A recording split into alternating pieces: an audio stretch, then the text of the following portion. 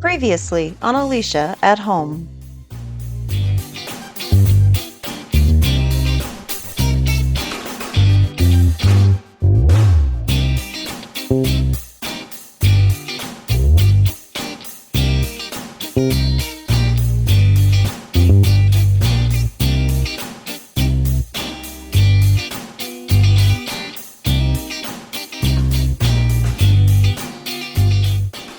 Hello, sweet friends. Welcome back. It is so good to see all of you, and I am so very glad that you are here. Are y'all ready to finish up some of our projects that we started last week and didn't quite get to finish? I am really looking forward to finishing the bunnies in particular. They turned out really cute. They're fully set up now, and I'm excited to get them painted, but we do have a lot of other things to get done today too. We're going to spend just a little bit of time styling and doing some decorating in the kitchen and dining room area. So we're going to work on that a little bit, finish up our bunnies, and just have a really good time working on some fun spring projects.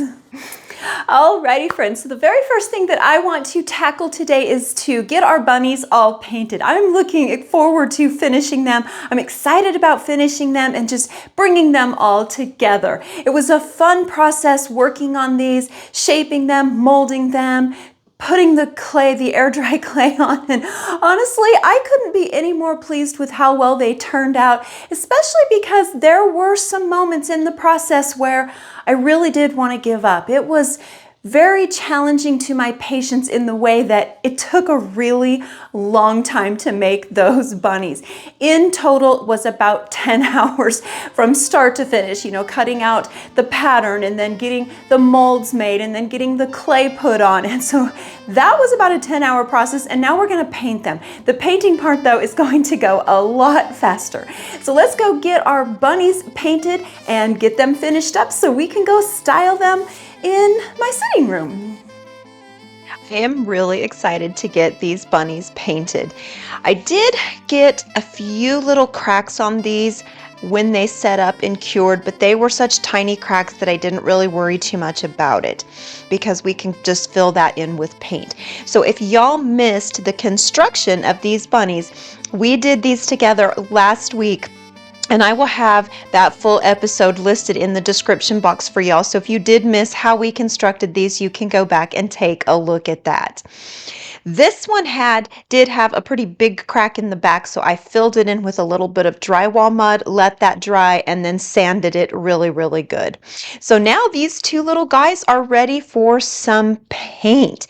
So I want to do a little bit kind of a rustic painting technique on this. So we're going to start out with a base coat. Now, of course, you choose any color of your choosing for this palette, but you will need 3 different colors. You will need a color for your base coat, and then you will need a color that is 2 to 3 shades darker than your base coat, and then you will need a lighter shade that is about 2 shades lighter than your base coat. I hope that all made sense for y'all, but you'll kind of see how it pulls together once we start painting. So the first thing we need to do, obviously, is get our base coat down on the entire piece. You want to make sure that everything is really well covered with your base coat. And it did only take 1 coat of paint, y'all. I just used regular folk art craft paint to do this, and it covered with 1 coat. So that was really, really cool. I loved that for me. So, okay, I'm going to go ahead and just really quickly get these completely painted with our base coat.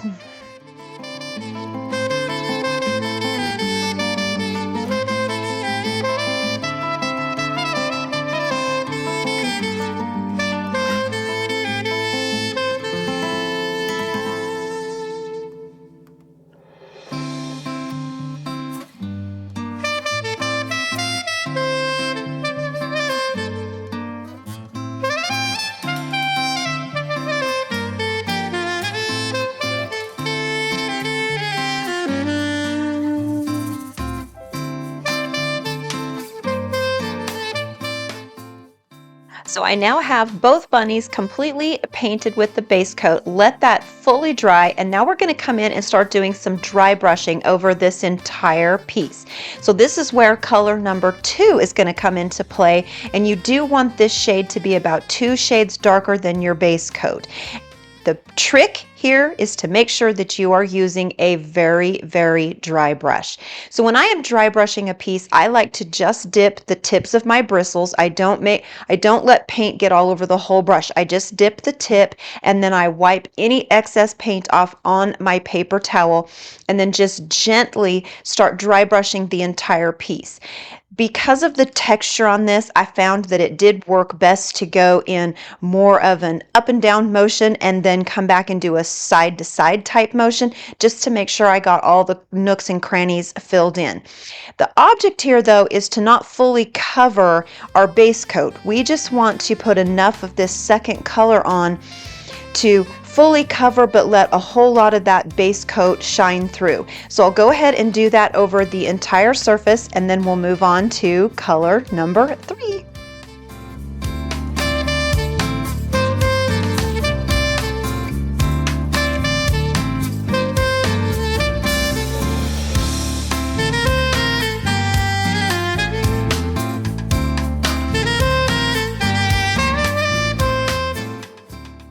Alrighty, so I have just finished up doing that second paint layer onto our bunny, the dry brush layer.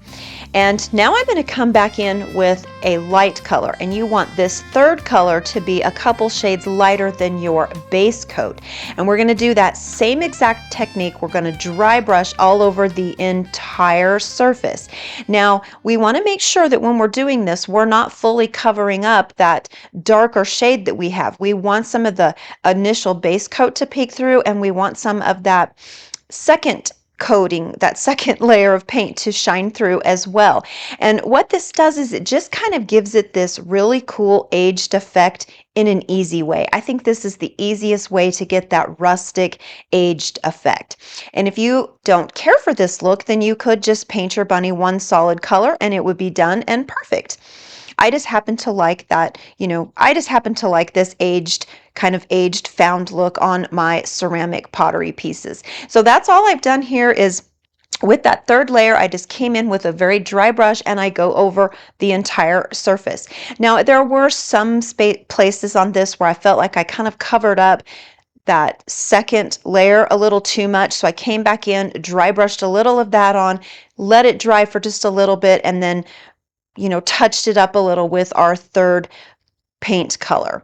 I did want the ears on this to be really, really defined, though, on the inner ears, where we would have a natural shadow. So I did come in and just dry brush a little bit of that extra darker color into the inner ears, and then a little bit around the base of it, just to give it a little shadowing and depth around the base as well.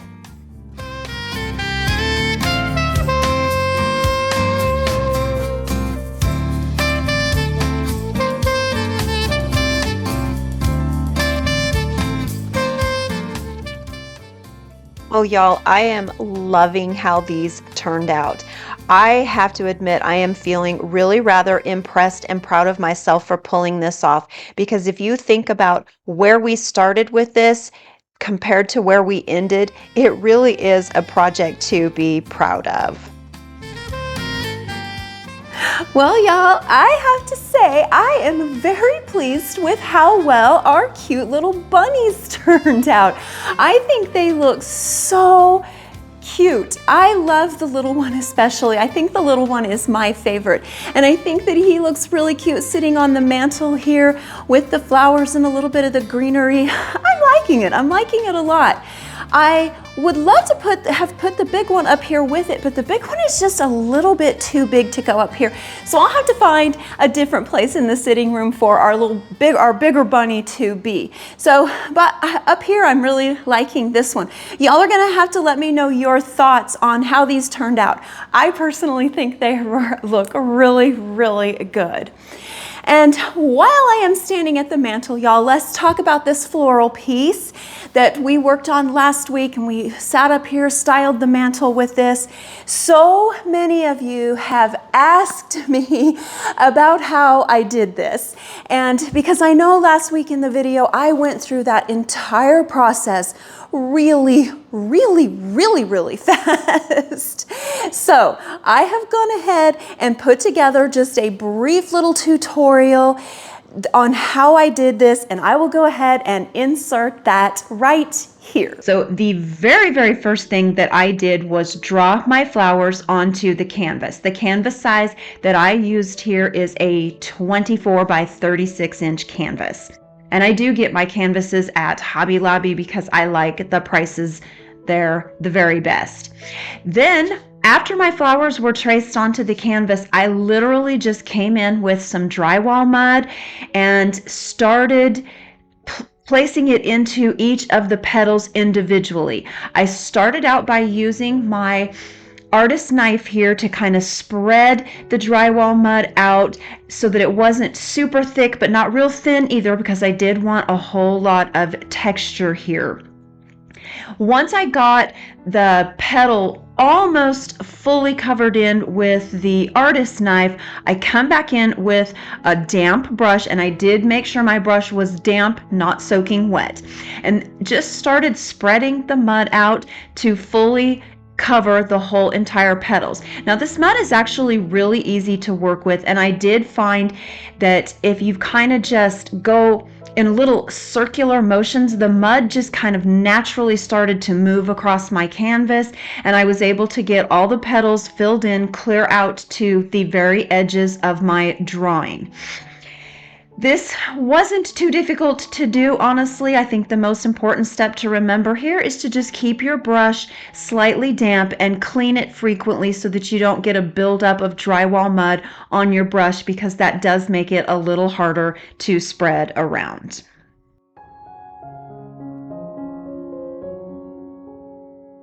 After I got the mud completely spread over the entire petal, I come back in with the artist knife and kind of start smoothing it out a little bit. I did want to have a lot of texture in here, but when you come in with the brush and use the brush to spread the mud, you get a lot of like little teeny tiny brush strokes almost. So I tried my best to just smooth those out with my knife and get a real nice kind of even texture across the whole petal. And in some places, if I found that I had a little too much mud, I did scrape it off with the knife and then just again came back in and spread everything to get like a nice even consistent layer across the entire petal. Something else that I did a little bit here was I liked that I built it up a little more on the edges, on the actual edges, than it is inside the flower petal. And I did this mostly so that you got a good definition between each of the petals. And for the center of this, I did it exactly the same thing, just filled the entire center with the drywall mud. And then I just took my brush and created some really fun texture in the center to look like the center of an actual flower. After letting the drywall mud fully cure and set for about 2 days, I came in and started painting my flowers. Now for my piece, I did want somewhat of a monochromatic palette here. So I painted all 3 of my flowers the exact same color. Now, of course, you just do you customize this to your liking, your taste, your styles, and your individual color palette. So after painting all of the petals, I painted all 3 flowers. I did let that paint sit and dry for about 3 hours before I moved on to shading. Now that my flowers are fully painted and I've let that paint thoroughly dry, I can come in now and start doing the shading. So for the shading here, I just used a very simple dry brushing technique with a couple shades darker than my original flower color, and I just dipped the very tips of my bristles in the paint only. I didn't saturate the whole brush with paint. I just did the tips of the bristles and then dry brushed it off onto a paper towel until there was just barely any paint left on my brush, and then I just started shading around the edges of each individual petal. I just did the top parts to kind of give them a little bit of definition and some depth and dimension here. Once I did that part of the shading, I did come back in and do just a little tiny bit of shading throughout each of the petals. I kind of just did like some line shading in between there, nothing real complicated and difficult. For the center of the flowers, I came in with a substantially darker color and did some dry brushing around the entire center of the flowers. And then I came back in with my GREENERY brush. If you don't know what that is, it's like a super fine brush with split bristles that's used a lot for drawing hair, like animal fur, hair, and whatnot. So I came back in with my GREENERY brush, dipped that into a tiny smidge darker than my first dark coat that I put in the centers, and just very gently started creating some very fine lines in the center out towards the edges, because I wanted it to be a little darker on the outside and kind of go soft into the center. So I only did this to the edges, and I did it with a very gentle hand and just a back and forth motion. If you watched my last video where we did some dandelions, I kind of mimicked that same exact technique with the center of these flowers.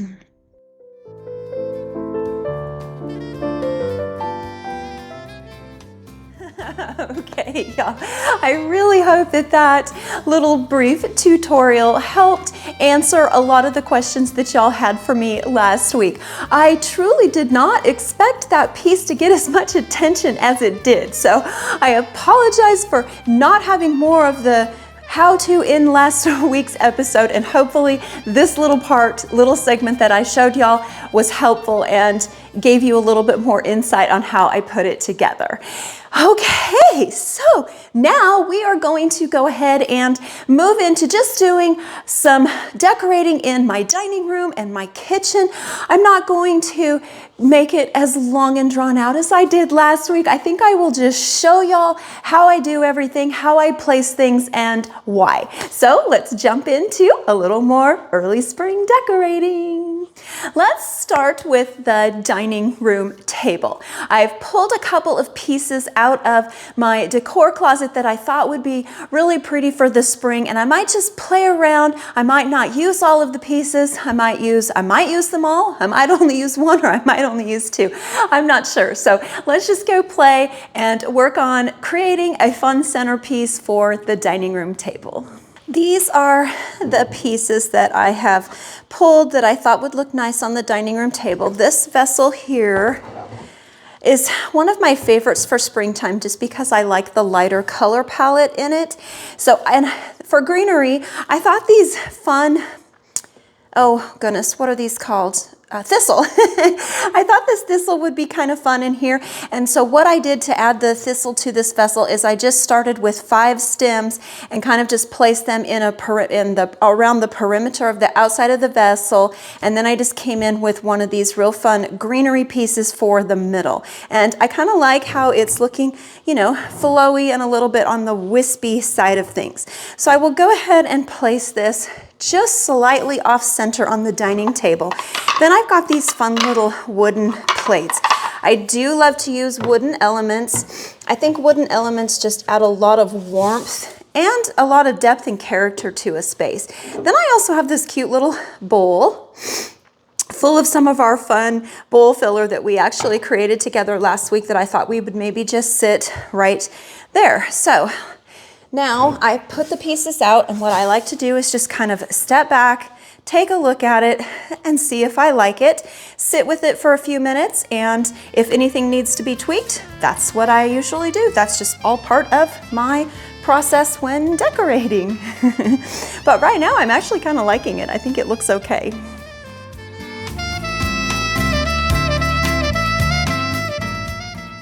Moving into the kitchen, I'm just gonna play a little bit with a whole bunch of pieces that I have pulled out. I've got a lot of things just sitting here on the island. I pulled several things out that I thought I might want to use, and that way I've just got a variety of things to choose from and just kind of play and see what fits and see what feels good as I style each of the pieces. So we're just gonna go ahead, jump right into getting the kitchen and the island done and just play and have fun with the whole process. On my kitchen counters, I've always got staple pieces that I tend to just leave out all year long. Some of these pieces are my favorite pieces. Some of them are very functional pieces that I use, but I can also incorporate them into decor because they're really pretty, like cutting boards, for example. I love to use those as part of my decor and a functional piece in the kitchen. So we're gonna go ahead and just work off of all of my staple pieces that I pretty much leave out year round. In this blank space right here, I think I want to just keep it very, very simple. So I've got our fun bowl that we actually made. I did have cookies in it for a long time, but at Valentine's we filled it up with chocolate. We're making a pretty good dent in that. Okay, and then I've also got this vessel with some just very wispy greenery stems that I think will just really complete this look in a really fun textured vase. I love textured vessels, y'all. I tend to gravitate towards ceramics and pottery looking things, especially things a little on the rustic side. However, this one's not real dark and moody, so I think it'll go really well for our early spring decor. That's kind of a mouthful there. This space here is where Michael and I tend to do a good portion of our food prep when we are cooking. So I do like to keep a lot of, staple, everyday, useful things out in this area. So one thing I think we'll start with, so I think in this area, the only thing I'm really going to style and change is this really pretty cutting board. I love this piece. I can't remember where I found it, but I've had it for a while and I tend to just keep this out all the time. So we'll go ahead and just add a few things to this and get that style, get that corner looking just a little bit more filled up and not so empty and bare. All right, so I think to start with some pieces on here, I'm going to start with this lamp. I love to decorate with lamp lighting.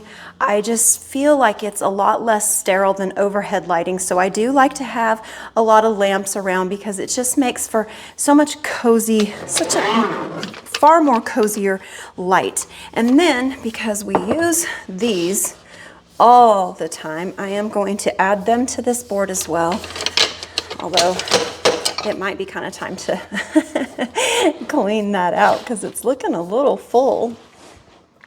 Okay, so we'll add our utensils in, and then I like to have my cooking oils in pretty dispensers that are really handy and close by, and I also like to have my little butter crock. Y'all, this butter crock is so cool. I don't know if y'all have ever used one of these, but it keeps your butter at room temperature, and you fill the little crock part with water so it keeps your butter fresh. And I just love it. Love it, love it, love it. I actually found this on Amazon, so I will link it in the description box for y'all. I think that is all I am going to do with this, and then we will just push it back in this corner. On the island, I think I'm just going to go with a couple of pieces. I'm going to use this wood bowl that I have filled with these lovely faux artichokes. These are, I'm pretty sure I found these on Amazon. They are some of the prettiest faux artichokes I've ever seen because first of all, they're real touch, plus they just look the most realistic of any that I have found. So I really like these, and I love that they add a pop of green to this space. Spring, I relate green to spring for sure. Okay, and so for greenery, some little extra greenery, I'm gonna go ahead and do something that is definitely unusual for me. It's definitely out of the ordinary. I don't normally go in for florals, nor do I normally style with glass because I tend to just gravitate towards pottery.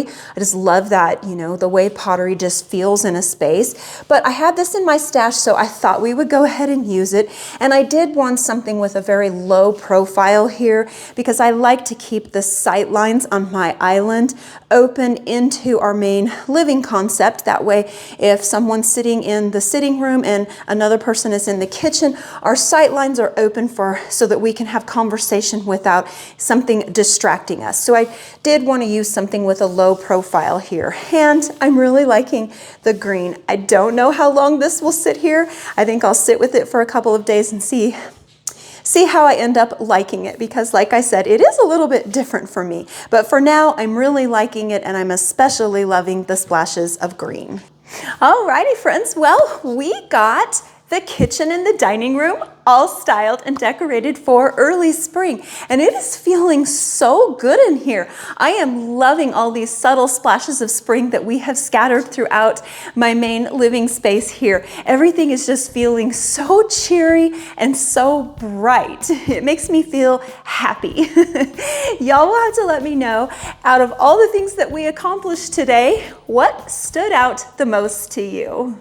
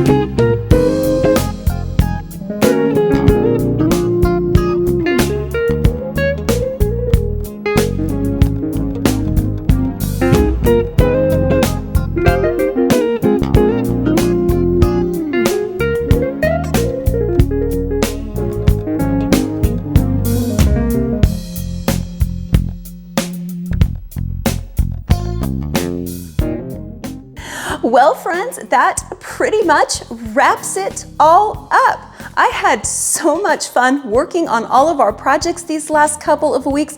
We got a lot accomplished. We made some really cool faux pottery bunnies. We made an outstanding art piece with drywall mud. We made some really fun bowl filler, and we got a whole lot of decorating done. And I am loving everything that we accomplished over the last couple of weeks. Everything is just feeling so fresh and bright and cheery. So I hope that this gave y'all a little bit of inspiration. I hope you enjoyed hanging out with me and that you were inspired. My goal is to always give you a little bit of inspiration. I hope that's my goal, but it's also my big hope that I inspired you, gave you some fun ideas for your spring decorating, and even some fun ideas for some really cool home decor pieces for the spring season. So thank you all so much for being here with me. I love our time together. I love hanging out with y'all. You are such fun company. So thanks again, everyone, for being here and for taking time out of your day to come and hang out with me. Next week, we are going on a really big field trip. So y'all are gonna have to come back and see me next week for sure. Until then, y'all take care, and I will see you soon. Bye.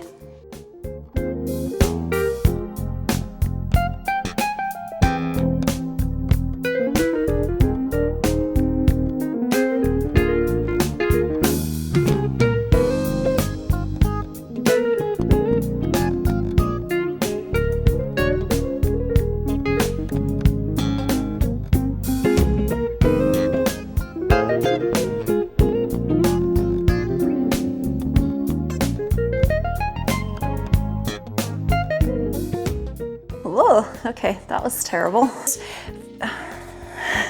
Lot of people. people. Oh my gosh. Oh. Okay, so no, don't say okay. Don't do it. And my camera is crooked. And okay, stutter, stutter, stutter. Now I have to start all over again. Dang it.